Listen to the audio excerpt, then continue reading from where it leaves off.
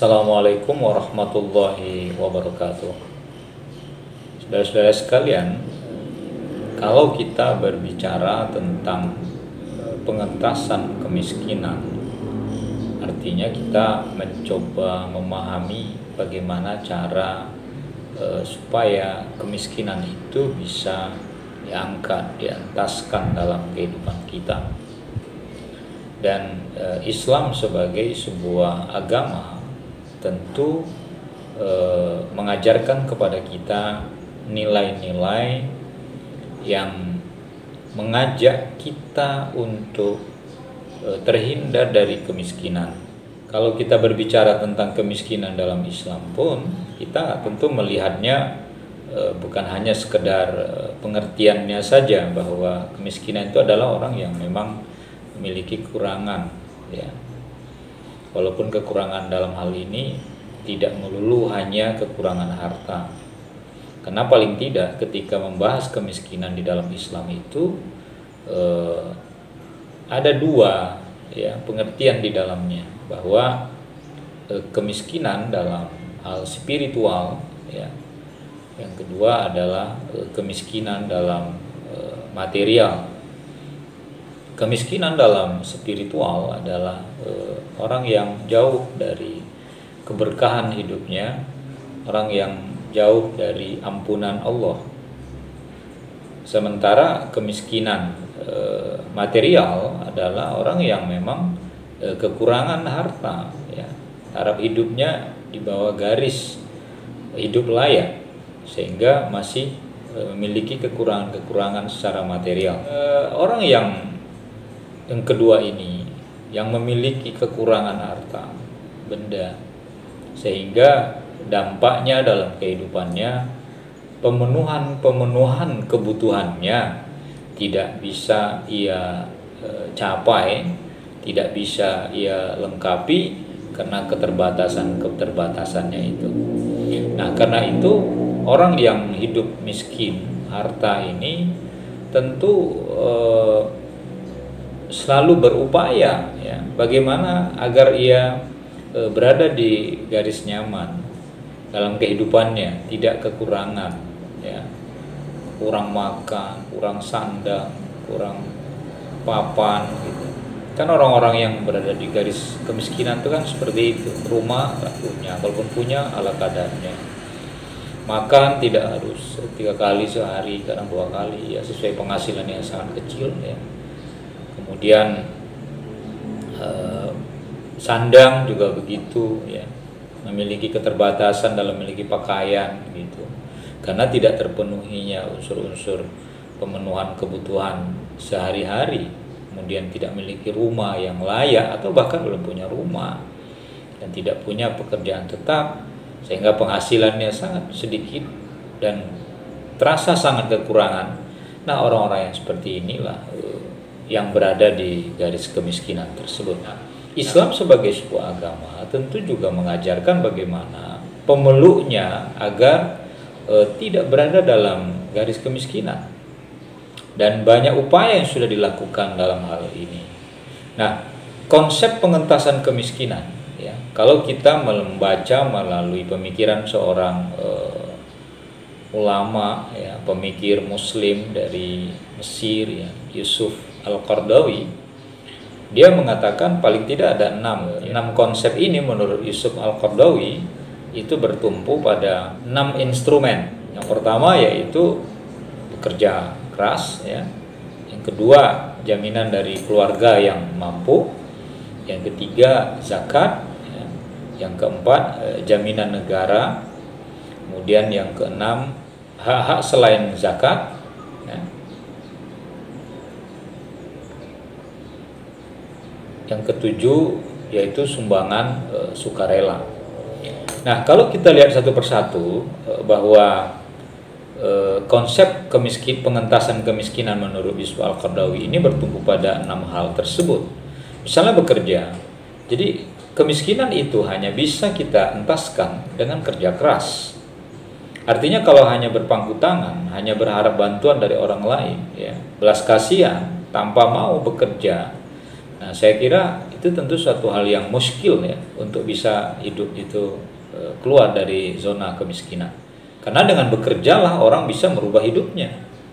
Dengan bekerja kan menghasilkan, dapat penghasilan, dapat upah. Upah itu bisa dijadikan sebagai pemenuhan kebutuhan. Upah yang ia dapatkan bisa ditabung, sehingga nanti ditabung sedikit demi sedikit kehidupannya akan lebih baik. Yang kedua, jaminan dari keluarga yang mampu. Artinya di dalam Islam itu, kalau ada keluarga yang mampu, tentu dia harus menunjukkan kepeduliannya, orang-orang yang terdekat, ya, wal aqrabin ya istilahnya, orang-orang yang dekat dengan kita.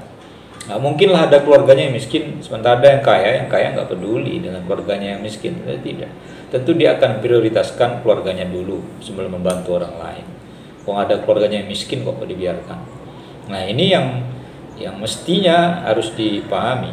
Bila kita memiliki keluarga, ada yang kurang mampu lalu kita mampu, maka itu adalah kewajiban kita membantu keluarga kita yang tidak mampu agar dia bisa berangkat dari atau dientaskan dari kemiskinan.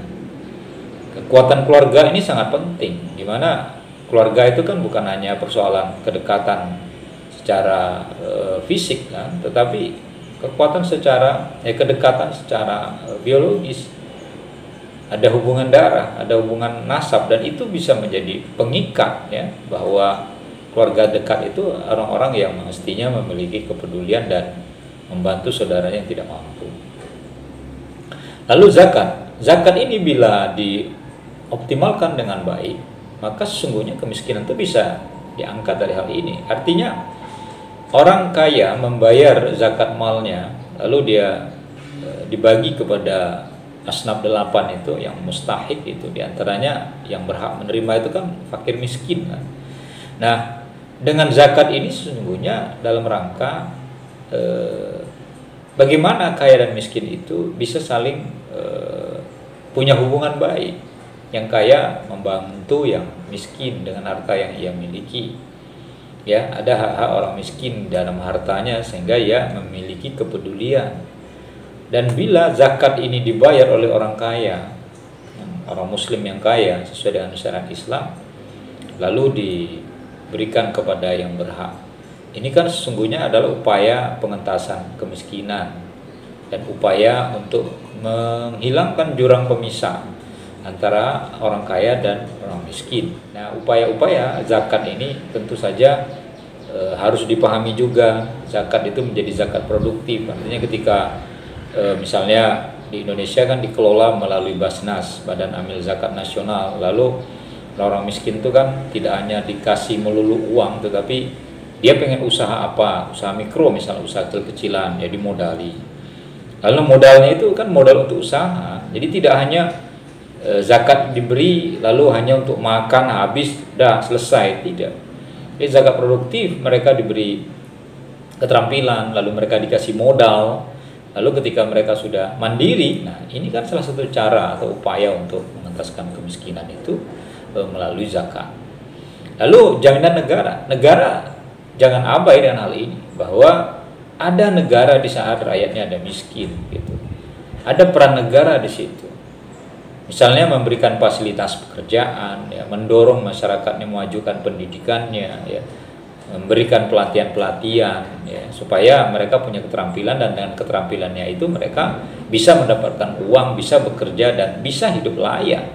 Nah, negara harus hadir di sini.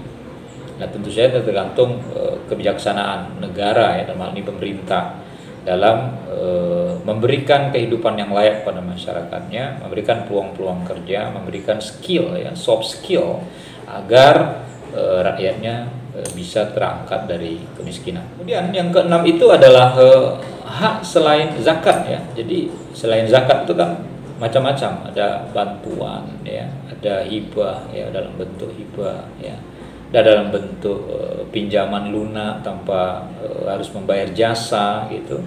Nah, dengan seperti ini orang akan terbantu.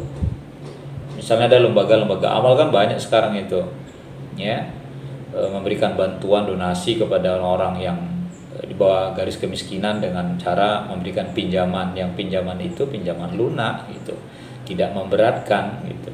Tetapi yang dipinjami atau ya, orang yang miskin tadi itu yang butuh pinjaman itu juga harus bersungguh-sungguh. Ketika ia dibantu, dia bertanggung jawab dengan pinjaman itu. Kemudian ketika dia sudah merasa mampu, pinjaman itu lalu dikembalikan. Nah, ini juga bagus ya dalam upaya pengentasan kemiskinan. Lalu yang terakhir adalah sumbangan sukarela. Ya, ada sumbangan sukarela. Mungkin kita pernah melihat ada donatur-donatur yang memberikan uangnya, dia dikumpulkan, ada lembaga yang membagikan, bisa pribadi, bisa kelompok. Ya. Nah ini juga sama sesungguhnya pemberiannya, pemberian yang tidak mengikat, tetapi yang diberi itu harus menjadikan bahwa ini adalah upaya agar ia mandiri. Karena kuncinya agar berangkat dari kemiskinan itu, agar terangkat dari kemiskinan itu, kemandirian sesungguhnya. Berdiri di atas kaki sendiri. Orang hanya sekedar membantu, tapi kan untuk layak tidaknya kehidupan kita agar lebih baik lagi, itu sangat bergantung kepada pribadi seseorang itu sendiri.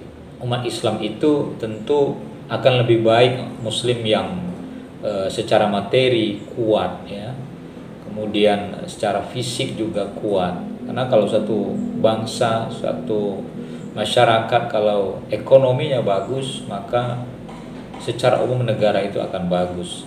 Tapi kalau ekonomi masyarakatnya masih berada di bawah garis kemiskinan lebih banyak, maka akan sulit negara itu untuk maju. Nah, karena itu spirit Islam bahwa kita tidak dilarang untuk kaya, ya. Silahkan kita kaya, bahkan itu lebih baik, ya. Karena kadal fakru ayyakunal kufra, bahwa kefakiran itu mendekatkan diri kepada kekufuran. Orang karena kemiskinan dan susahnya hidup, kadang-kadang dia melakukan hal-hal yang tidak layak, tidak pantas, mencuri, merampok, menodong, menipu gitu kan. Karena alasannya terpaksa dia melakukan gitu. Kalau nggak gitu dia nggak makan. Akhirnya dari hal tersebut kita memahami bahwa kefakiran, kemiskinan itu bisa mendekatkan orang kepada kekufuran. Orang jadi lupa Tuhan karena dia miskin. Orang jadi nggak ingat agama karena hidupnya susah. Maka kalau kita umat Islam didorong untuk kaya, untuk mampu secara materi, itu betul, ya.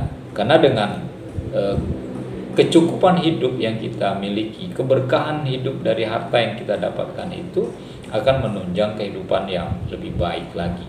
Assalamualaikum warahmatullahi wabarakatuh.